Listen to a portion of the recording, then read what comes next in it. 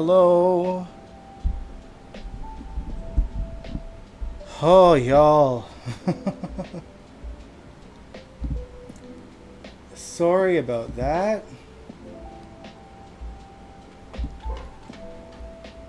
My goodness. How are y'all doing today?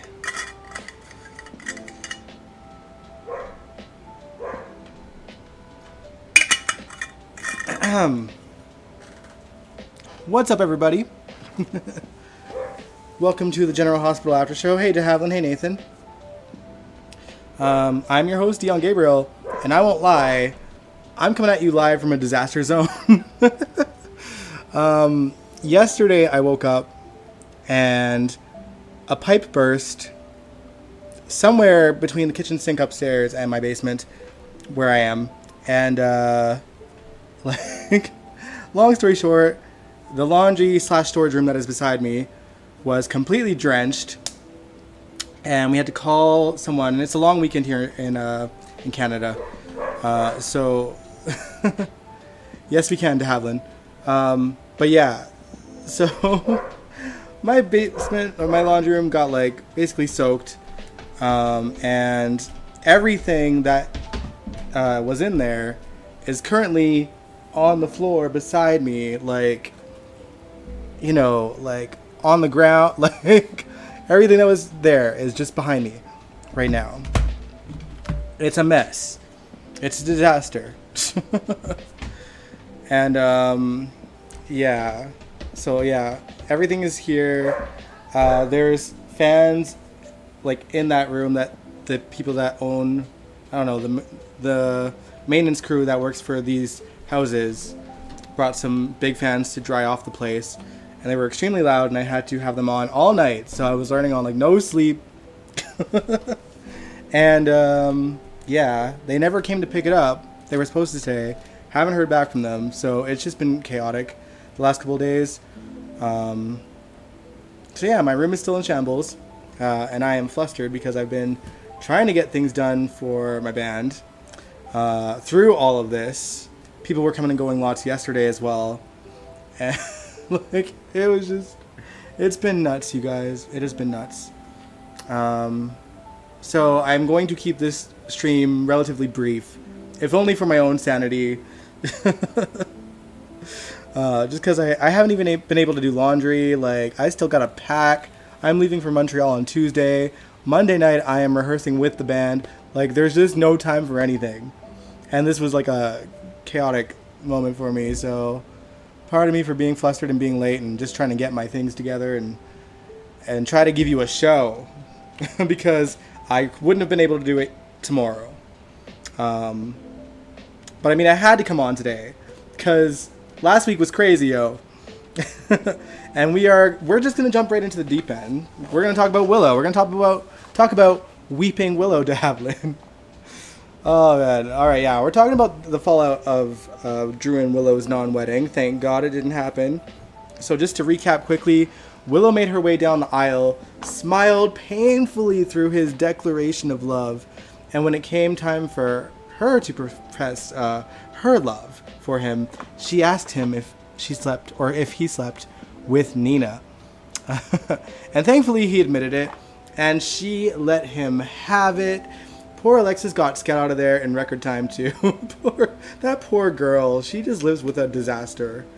Alexis needs to get custody of Scout before anything else happens. But yeah, so Willow even confronted Drew on Wiley thinking that Michael no longer wanted him. And surprisingly, he admitted that too. He was like, it was a strategy. And I'm sitting here damn, he really thought she'd be okay with him hurting her child. Especially when she and Michael were on their way to finding a way to coexist for the kids that day or that evening before. And with that, Willow stormed out of the church and straight to Carly's house, looking like a dog's dinner, mascara running down her face, still in her wedding dress, screaming for her kids. Carly grabbed her and was like, look at yourself, look at this, you are going to scare Wiley.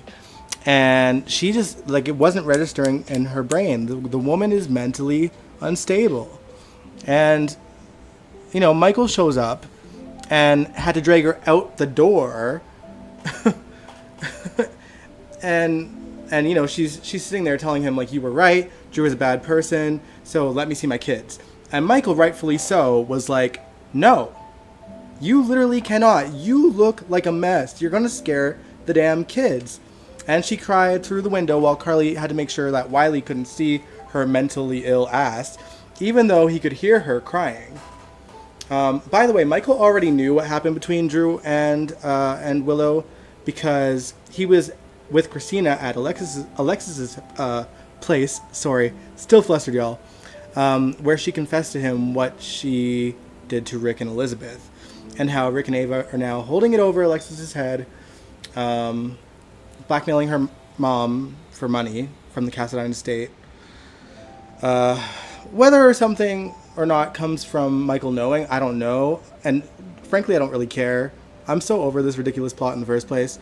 Christina's even out there sabotaging Molly and Cody. You know, they were growing fond of each other, and she just had to kind of ruin it. And, you know, made her think that he's a bit of a dog who's only after one thing or two things: rich woman and their money. But yeah, and Molly believed it, and it kind of ruined things for her and Cody. Not that I was a big fan of them anyway, but like, it's just ridiculous. Although I like the reminders that Molly wrote a book. I forgot about that. But it's funny because, like, technically Kate/Connie edited the crap out of it, so it's not even really the book that she wrote. But whatever. And I don't even remember her writing a sequel, but I'm sure it happened. Anyway, back to Willow. Elizabeth and Rick found her outside of Carly's place, and Elizabeth took her back back to her place, because Willow doesn't have a place to go. She can't go back to Drew's. She can't go to the Q. She can't go to Nina. So Elizabeth offered her a place to stay.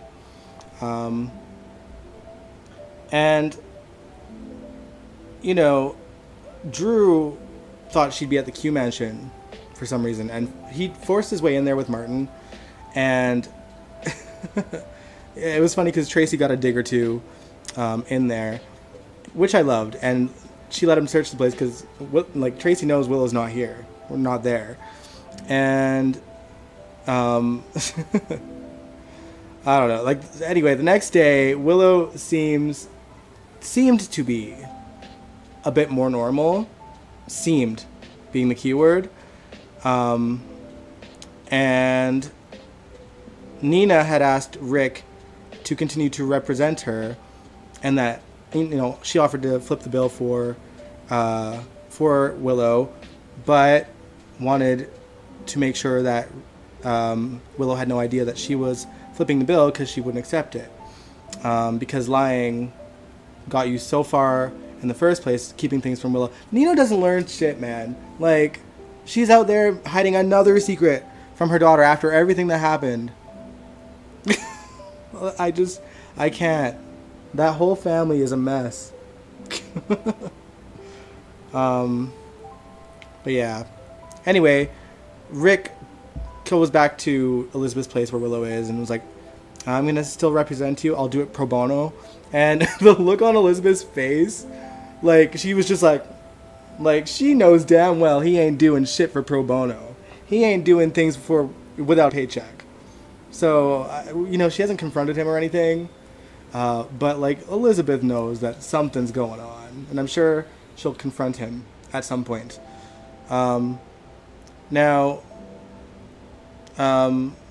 Rick suggests that she plays it cool, waits it out, like, do nothing essentially, but prove that you can be stable, because the last time the court seen you, you were a mess on the floor, and obviously the night before she was a mess and ran to her kid, showing that she's not fit to be a mom right now. Kyrese, you said, keeping that same energy. I'm still glad Willow can't see her kids. She's nuts.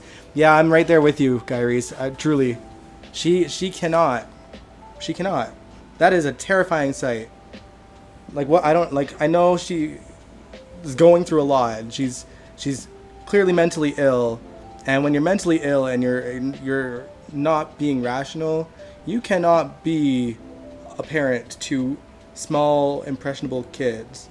You're not a safe zone for them. So Michael is the right parent for the kids to be with right now. But yeah, anyway, Drew had gone to Michael to try and convince him to let Willow see the kids, and Michael showed him the door, but not before confronting him about why Willow thought Michael refused to see her in Germany. And he realized that it had to have been him. Drew didn't fully admit it, but he did say, let's leave the past in the past. It seems to be the go-to answer for politicians trying to dodge their shady dealings these days, so art imitating life. But anyway, Willow, she takes herself out for a walk and ends up, no surprise, at Michael's place, the Quartermain mansion. But like, I think that she did actually know that her kids were in school, so props to her for going while they were not there. I gotta give her something, you know? Angel, you said Willow is unfit right now, acting like Nell. Yeah, I agree. But yeah, so she ends up at Michael's, and she's just being like, see, I've cooled down. I shouldn't have gone to Carly's like that. I was a mess. It wasn't right. I've slept. I am now of sound in mind. Let's try to deal with this. And Michael's like, we gotta listen to the court. Like, we can revisit this once you're at the hearing, see what they say. And he's just like, you need to heal. Like, you were not okay last night. You have been, through the ringer. Rightfully so. You have every right to be in the state you are right now. But, like, girl, heal. Heal first. Take a breather. Get yourself right. And then we can talk about the kids. Like, she waited, less than 24 hours to go to Michael's place to be like, hey, let's, take a step back. Kaiwan, no, she didn't. Willow made herself crazy by believing in Drew. Cope. But yeah, anyway, so, long story short, Willow left Michael in a huff, throwing a tantrum like a friggin' toddler, and Jason, I don't know why I said Jason. Basically, she storms out there like a toddler, acting like she's going to seek revenge on Michael a la Nell. For what? Girl, you're mentally ill. He's saying, get help. So get help. See a therapist. Talk to them. Take a moment. Get yourself right. You've been through a traumatic experience where your mom and the person that you loved messed around behind your back, kept secrets from you for months, made you lose all of your friends, all of your family, and your kids. All of it. And Willow does hold responsibility for being dumb enough to fall for Drew.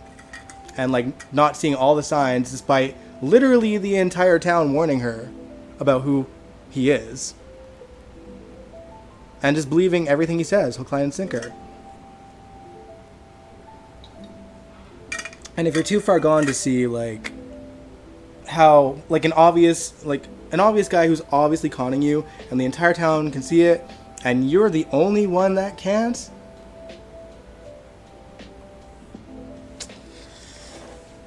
you'll need a doctor.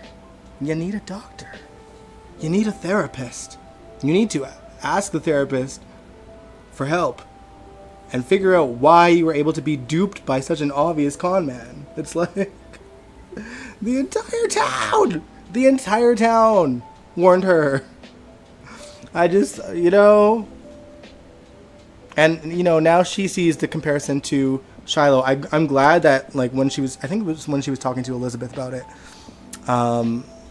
she finally seen the comparison about how she went through the exact same thing with Shiloh, and how could she do it again and be duped by someone that was so obviously a con man. And Elizabeth used the term love bombing. Drew just made him seem like this golden boy of opportunity and kindness and sweetness, and he's her hero and all this stuff, the same way Shiloh did to likely Harmony first and then eventually to Willow. And I don't know. I'm really glad that they addressed that elephant in the room because it really was like a history repeating itself. So, yeah. Either way, like, the girl needs help and she's not fit to be a mom right now.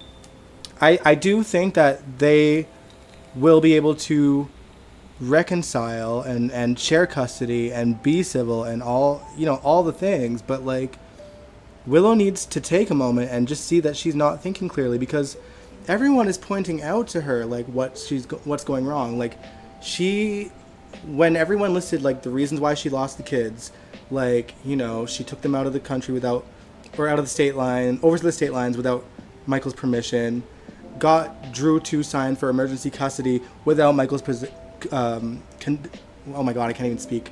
Without his permission. All these reasons why she lost the kids, and she could not hear any of it. She could not hear that she was looking terrifying and would scare her children when she was at Carly's the night before. She can't see how distraught and how bad the situation got. And here she is again, like, basically saying, I'm going to remember this, Michael. Girl, remember that he was trying to get you right before you could hurt your children. Because that's likely what would happen. But yeah, so, hey, just because someone has a job, Kaiwan, does not mean that they are fit to be a parent. You can have a job and still be a shitty mom or dad. And that's the position that Willow is right now. It's how it's written. It's how we've seen it. All right. Okay. Anyway, Drew tried to go to see Elizabeth too.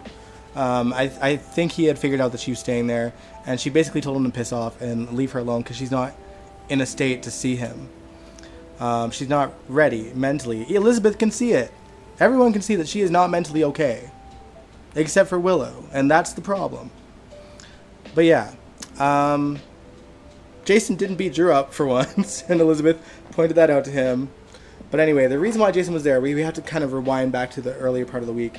Jason has been on a mission to figure out if Britt could be alive or not. He talked to Obrecht the night before at what would have been the wedding reception, and Obrecht was the only person there celebrating that they didn't get married. And it seems Obrecht sincerely, genuinely thinks that Britt is dead. I don't think she's faking that. Jason doesn't think she's faking that because, well, and the reason why I'm going to go with she truly does not know is because Jason almost never gets it wrong. So he's usually a good judge of character. And in this case, I'm going to say she doesn't know. We've seen Obrecht have flashbacks of her holding Britt and seeing her on her deathbed after she had died.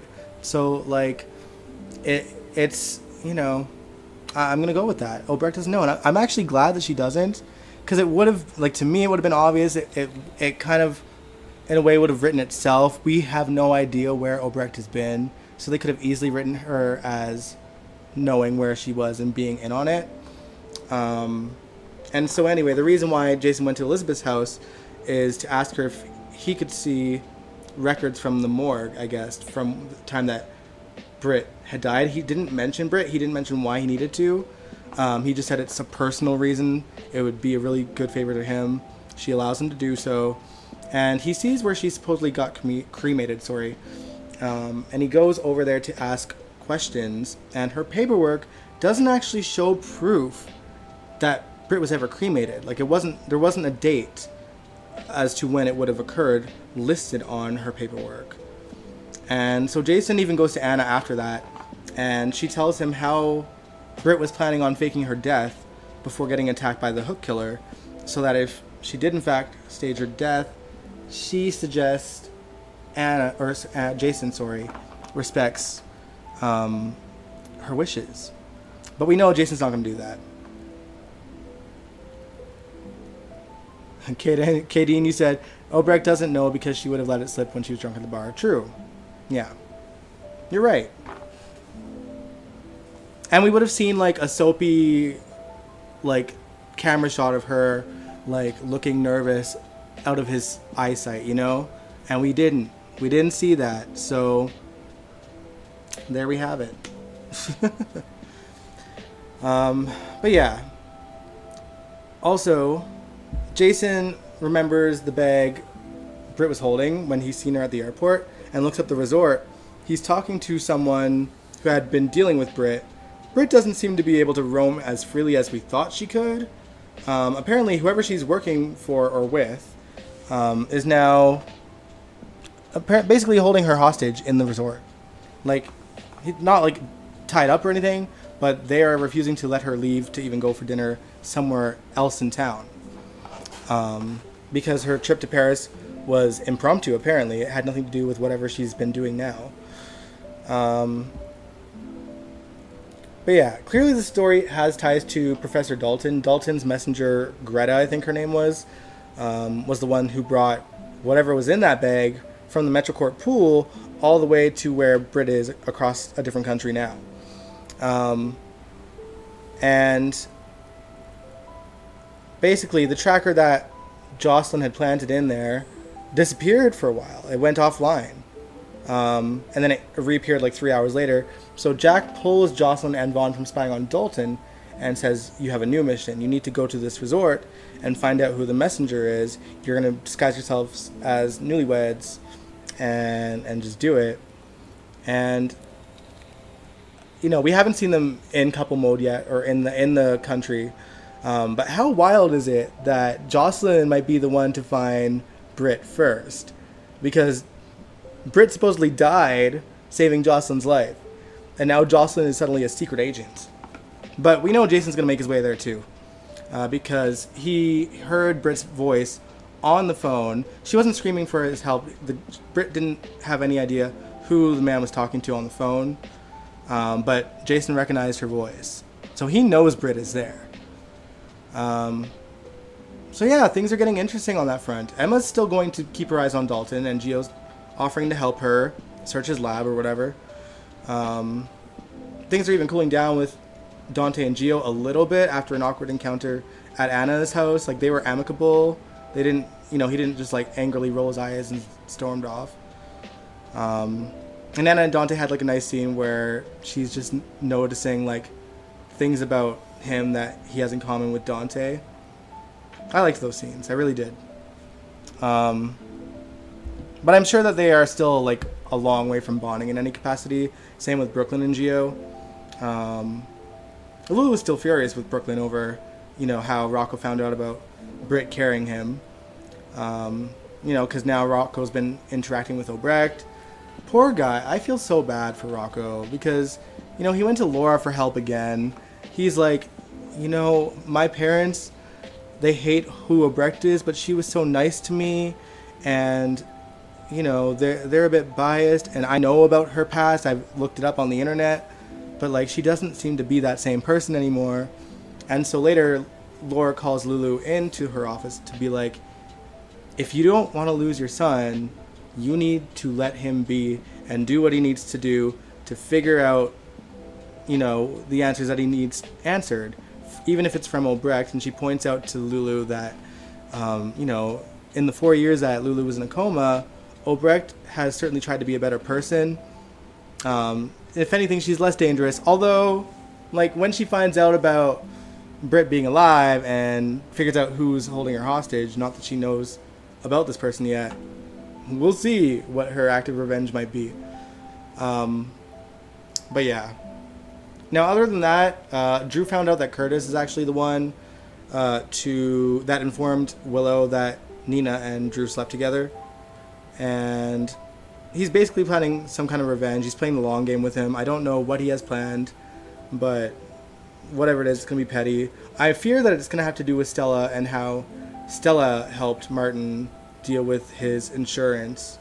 Because I don't think whatever she did was legal. Because I remember her being like, you can't tell anybody about this, okay? Like, I think Drew's going to sadly use that to his advantage. Stella is also wanting to push Kai and Trina back together, not knowing all the information, of course. Trina doesn't want anything to do with Kai still. Hold your ground, girl, because, dude is going to have to learn the hard way about aligning himself with a guy like Drew. Martin is still curious about Monica as well, and whatever was in that letter from the week before.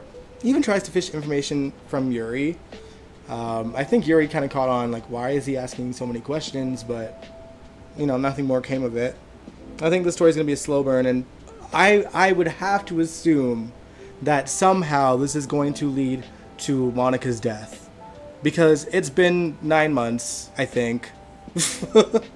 Somewhere around there, 7 to 9 months, somewhere in there, since she passed away. It's time. It's time we address it. She can only be up in her room for so long. But yeah. Also, Lucas is hell-bent on wanting Sunny to pay for kidnapping Marco.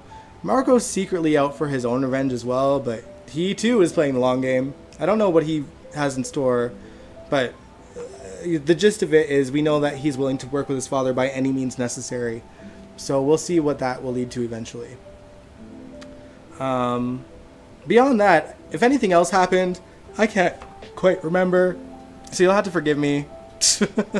Again, I had to rush this sort of live stream because I still got so much to do, y'all. But GH was on Celebrity Family Feud, the cast of GH with the cast of Young and Restless. Original Nina was there as well.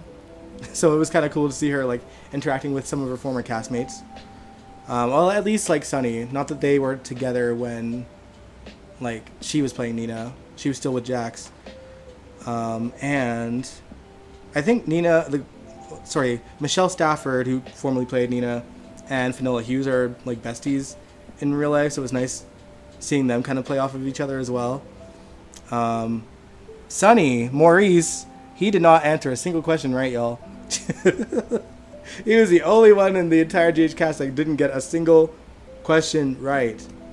Man, but he got some laughs out of Steve Hardy, though, so that was funny. Sorry, Steve Harvey. I'm thinking of Steve Hardy of GH. All right. Also, it was GH Fan Club weekend, so it's been cool seeing a lot of the cast getting together, taking pictures with themselves as well as their cast. It was cool seeing Blaze and Marco interacting there because we've not seen them on screen together yet. I hope that we get to see Blaze and Marco together. Like I feel like Blaze should check in on her brother since their mother died, you know? But yeah. Anyway, now obviously I won't be able to watch GH this week. I can watch tomorrow. That's all I can watch. And then I'm out of town until middle of next week. So there won't be a Sunday stream either. Have I been keeping up with the current fan club weekend? I've seen some pictures on Instagram, but that's all I've seen.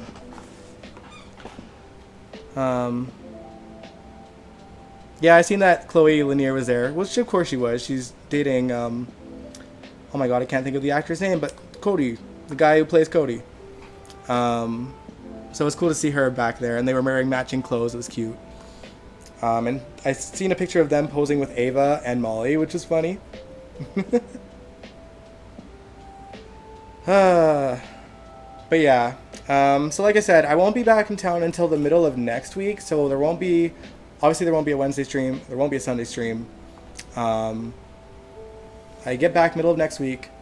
I will catch up on GH then. I will try to do a live stream once I've caught up, and then do another one on, just to like, not even do like a full recap or anything, but just to share my thoughts of the week, and then the Sunday we'll be back to like your regular programming. We'll talk about GH, recap the whole week, and it'll be relatively not 100% back to normal.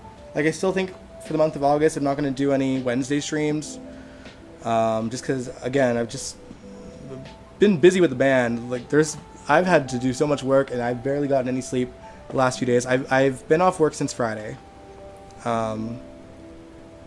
And I've been trying to like get everything done so that we could have one band rehearsal before I leave. And we're doing it like the night before I leave. And I leave very early in the morning on Tuesday. So, yeah. With that said, enjoy the rest of your evening. Have a great week ahead. And I'll see you when I get back from my vacation.